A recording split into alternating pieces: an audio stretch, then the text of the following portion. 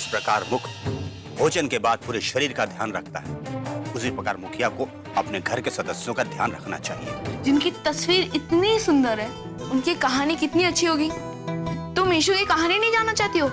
जानना तो चाहती हूँ, लेकिन मैं पढ़ नहीं सकती। तुम धर्म के आगे साड़ी की कीमत लगा रही हो, हाँ? साड़ी चाहे जितनी भी कीमती हो, मूल्यवान हो, लेकिन धर्म की बराबरी कभी नहीं कर सकती। काव्या, किसी पर नियंत्रण करने का, उसे गुलाम बनाने का सबसे कारगर यही तरीका है।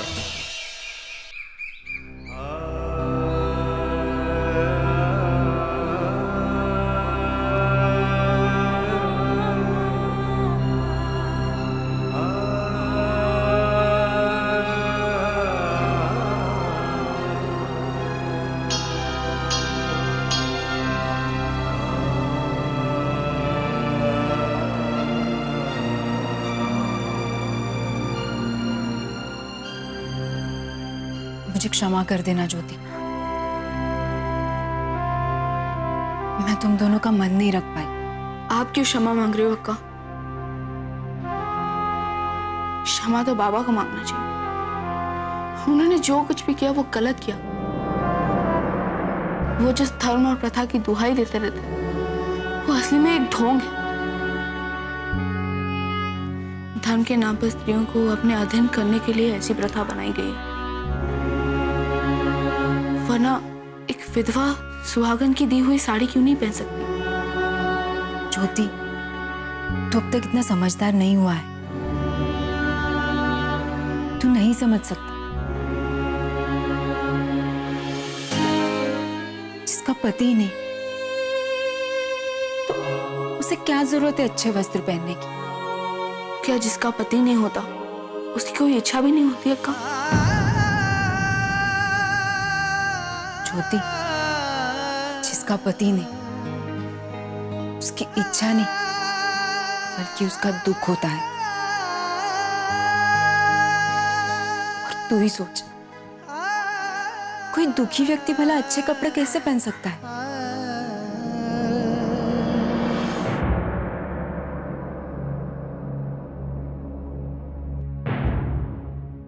अक्का, समय हर दुख का उपचार कर देता है, लेकिन ये समाज और धर्म ऐसे हैं कि एक स्त्री के दुख को भूलने ही नहीं देते। अपने पति के मरने के बाद स्त्री एक नए वस्त्र भी नहीं पहन सकती, और पुरुष है कि एक के बाद एक शादी करते ही जाते। तुम्हें नहीं लगता अक्का कि ये धर्म सिर्फ पुरुषों के लिए बना गया है, जिसमें उनके लिए सारी सहूलियत है, और स्त्री के लिए उनके आंसू पोंछने के लिए कोना भी नहीं? अक्का, बाबा से मैं तो ये सब बातें नहीं कर पाया क्योंकि वो उस वक्त गुस्से में थे, लेकिन अब मैं फिर से उनके पास जाऊंगा और उन्हें इस बात का एहसास करवाऊंगा कि उन्होंने जो कुछ भी किया वो ठीक नहीं किया। नहीं ज्योति, तू ऐसे नहीं करेगा, मुझे पता है। भाऊ तेरी बात कभी नहीं मानेंगे, वो कभी नहीं सुनेंगे। फिर बिना मतलब का वाद विवाद क्यों? अक्का, ये बिना मतलब का विवाद नहीं है, इससे हमारी इच्छा, खुशी और प्रेम जुड़ा हुआ है। अक्का, जॉन सर कहते हैं कि मनुष्य को अपने खाने, पीने और पहनने का अधिकार होना चाहिए, और जो समाज ये सब करने से रोकता है उसे बंद समाज कहते हैं। उस समाज में मनुष्य होते हुए भी गुलाम कहलाते हैं। देख ज्योति, तेरे जॉन सर चाहे जो कुछ भी कहे, लेकिन तू भाऊ से इस बारे में बात नहीं करेगा, क्योंकि अभी कोई तेरी बात नहीं समझेगा, नहीं सुनेगा। बल्कि तू जो कुछ भी कहेगा तो लोग तुझे बच्चा समझकर अनदेखी करेंगे।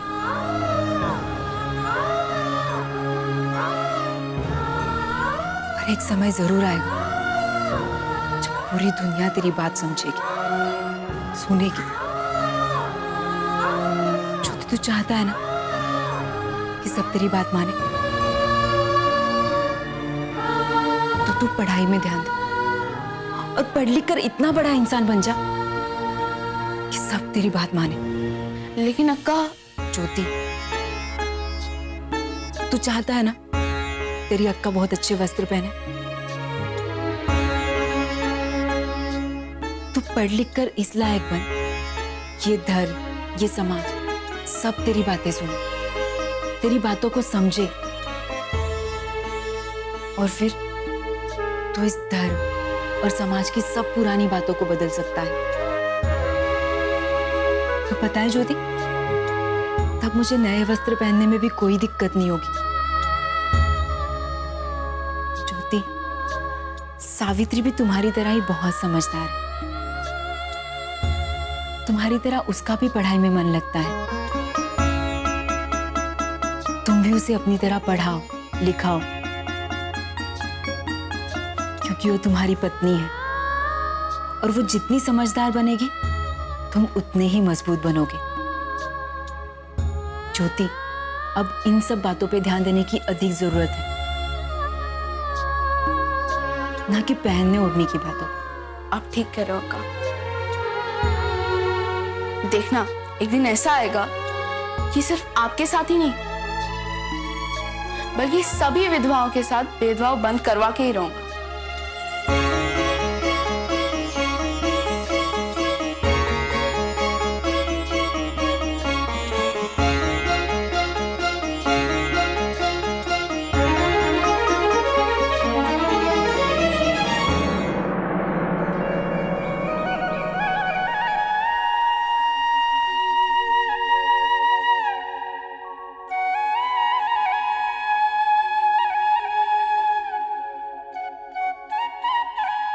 गोविंद,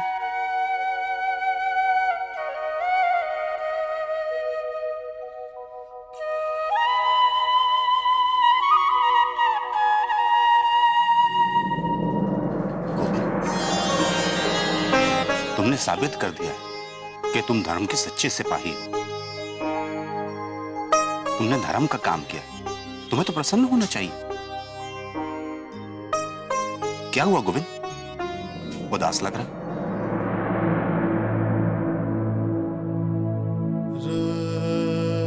पुजारी जी, मैंने धर्म की रक्षा तो कर ली, लेकिन अपने परिवार के सभी लोगों को दुखी कर दिया मैंने। धर्म का कार्य करके भी मैं खुश नहीं हूं। मुझे ऐसा लग रहा है कि मेरे हाथों कहीं ना कहीं अधर्म हो गया। ये माया है, परिवार की माया। तुम्हारा परिवार के प्रति मोह है, इसीलिए तुम धर्म का कार्य करके भी प्रसन्न नहीं हो। गोविंद, एक बात का ध्यान रखो कि धर्म ध्वजा साधु सन्यासियों और योगियों के हाथ में नहीं, बल्कि तुम जैसे गृहस्थ के हाथ में होती है। साधु सन्यासी तो धर्म के लिए समर्पित होते ही हैं, परंतु तुम्हारे जैसा गृहस्थ जब मोह माया से ऊपर उठकर धर्म सम्मत कार्य करता है, तब धर्म की असली जय होती है।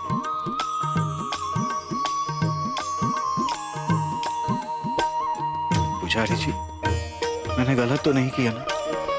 बिल्कुल नहीं।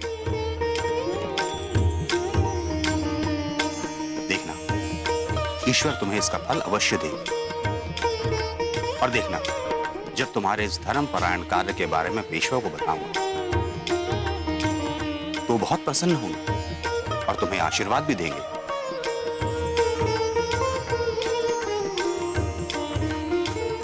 गोविंद, अब दुविधा छोड़ो और प्रसन्न हो जाओ। जी, प्रणाम पुजारी जी।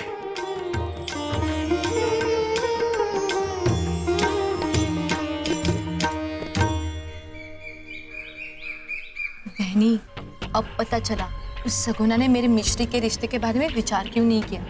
क्यों क्या बहनी? वो ज्योति के लायक लड़की नहीं ढूंढ रही थी, वो खुद के लायक लड़की ढूंढ रही थी, इसलिए। अपने लायक?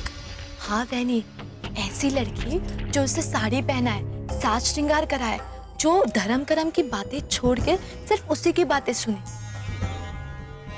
और बहनी, आपको तो पता है ना मेरी मिस्ट्री कितना धर्म करम करने वाली है। भला उसके रहते ये सब उसको करने देते? वो चाहे कोई भी बहू लेकर आए, लेकिन मेरे जीते जी मैं उस विधवा को कभी सधवा नहीं बनने दूंगी। अरे मैं तो पंचायत बुला रही थी, लेकिन वो पुजारी जी ने मुझे रोक दिया। नहीं तो तू भी तमाशा देखती और बड़ा आनंद देती। हाँ बहनी, मुझे भी तमाशा देखना था। भाई, वो देखो सुहागन की विधवा जा रही, जरा बुला उसे, उसका भी हालचाल पूछ ले। अरे सगुना, अरे ओ सगुना, सुन तो। वो मैं जॉन मिशेल के यहाँ जा रही थी, बाद में आऊंगी। अरे बात तो सुन।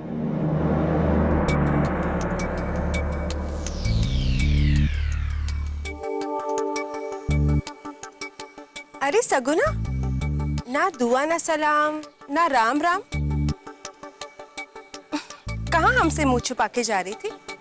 नाराज है क्या? नहीं बहनी, मैं भला आपसे क्यों नाराज होने लगी? गोविंद भाऊ ने जो किया बिल्कुल सही किया। अरे धर्म से आगे बड़ा कुछ भी नहीं है। बात तो सही कही बहनी आप। ठीक है, मैं चलती हूँ। वो क्या है ना, मैडम मिशेल मेरा इंतजार कर रही होंगी, मैं आपसे बात में। वैसे तो तेरे पास धर्म कर्म की बातें सुनने का समय नहीं है। बस इतना कहूंगी, तेरे पिछले जन्म के कर्मों की वजह से तेरा ये जन्म तो बिगड़ गया। अरे कम से कम इस जन्म में तो अच्छे धर्म कर्म कर, ताकि तेरा अगला जन्म अच्छा हो पाए। जी वहीनी।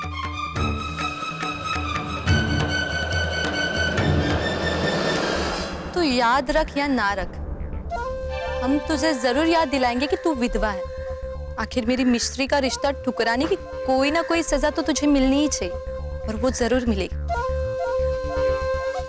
हम देख।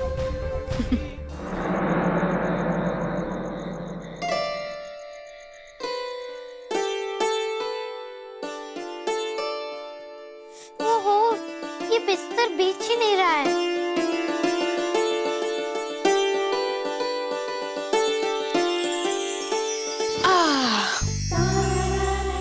सावित्री, जब तक पति पत्नी एक दूसरे के सहयोगी ना बने, तब तक न तो गृहस्थी चल सकती है और न ही चादर बिछ सकती है। चलो ऐसा करो।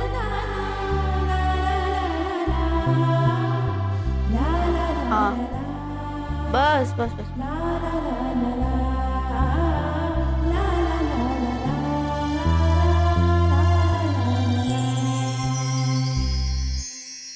देखा सावित्री, पति पत्नी एक दूसरे के सहयोगी बनने के बाद तब हर काम इतनी आसानी से हो जाता, नहीं? लगता है आज आप स्त्रियों के काम का मन बनाकर आए हैं। मैं चाहता हूँ कि अब से तुम वो काम करना शुरू कर दो जो सिर्फ आदमी ही कर सकते हैं। मुझे आदमियों का काम क्यों करने को बोल रहे? घर में आप है, बाबा है, फिर आप मुझे घर के साथ साथ खेती का काम क्यों करने को कह रहे हैं? नहीं सावित्री,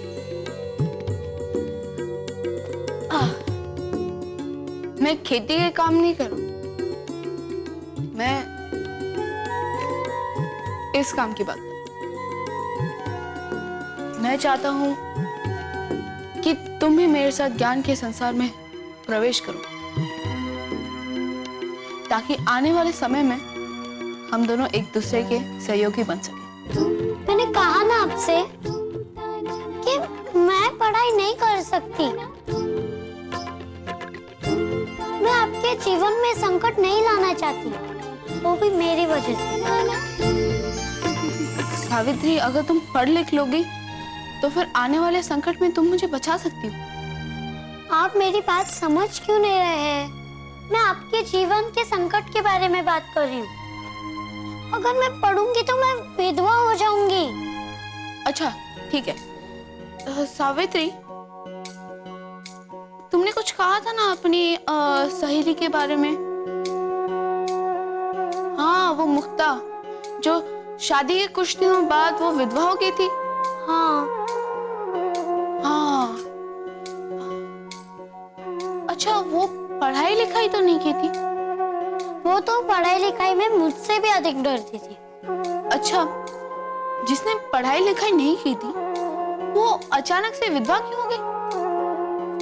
वो मैं बोलूं?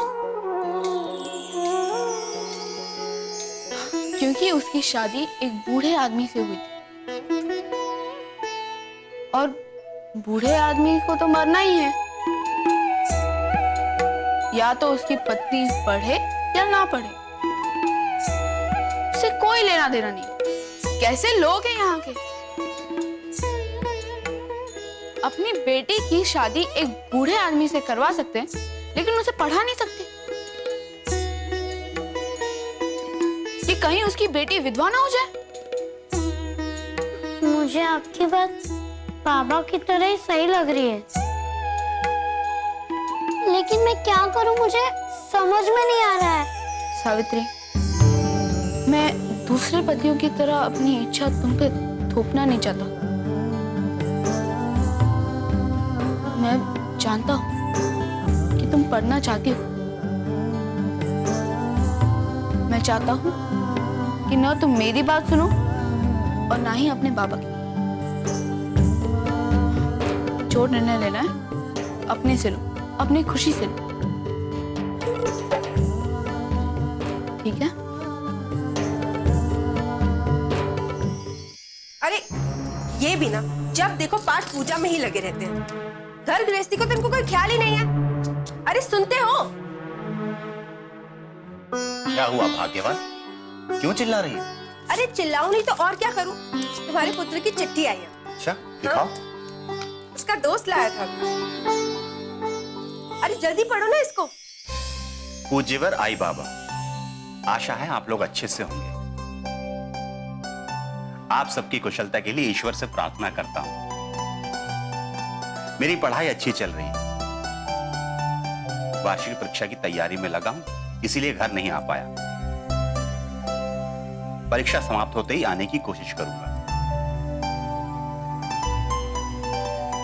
आप लोगों के स्वास्थ्य का ध्यान रखिएगा। मैंने कांता के बारे में कहा था कि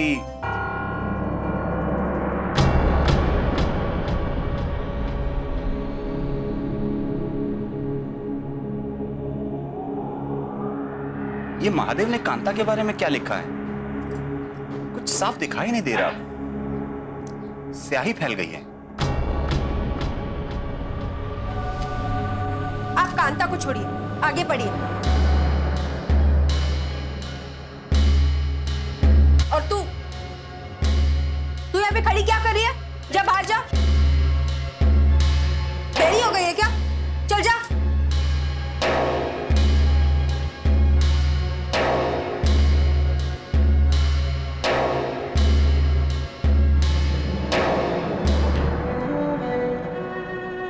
काश मैं भी जान पाती कि उस चिट्ठी में क्या लिखा है।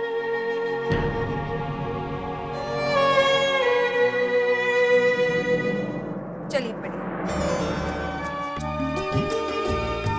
कह रहा है मैं परीक्षा समाप्त होने के बाद जल्दी आने वाला हूं।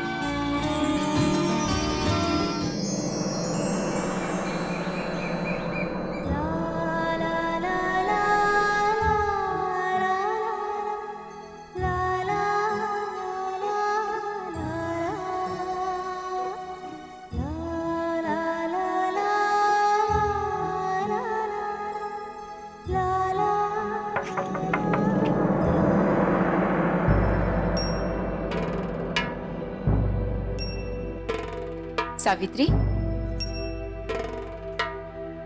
क्या हुआ? कुछ भी तो नहीं अक्का। बैठो। कुछ तो हुआ। तुम मुझे अपनी सहेली मानती हो ना? कि तुम अपने सहेली से अपने मन की बात नहीं कहोगी? क्या कहूँ अक्का, सेठ जी ने मुझे धर्म संकट में डाल दिया है। कैसा धर्म संकट? वो मुझे पढ़ने के लिए कह रहे हैं। तो इसमें धर्म संकट वाली क्या बात है? अब हैरान नहीं हुई? हैरानी किस बात की? मैं तो जानती थी आजकल में ज्योति तुझसे इस बारे में बात जरूर करेगी। लेकिन अक्का, मैं बाबा की बात कभी भूलती नहीं। उनकी बात हमेशा मन में गूंजती रहती है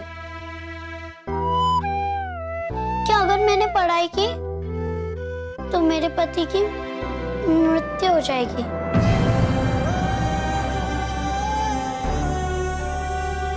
क्या ज्योति ने तेरी इस समस्या का समाधान नहीं किया? उन्होंने अपने तरीके से समझाया, लेकिन मेरा डर है जो मन से निकल ही नहीं रहा है।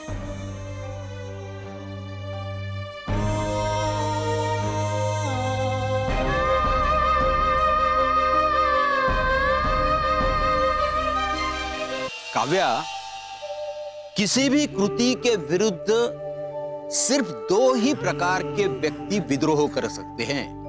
एक जो शिक्षित होते हैं और दूसरे जो प्रेम में होते हैं।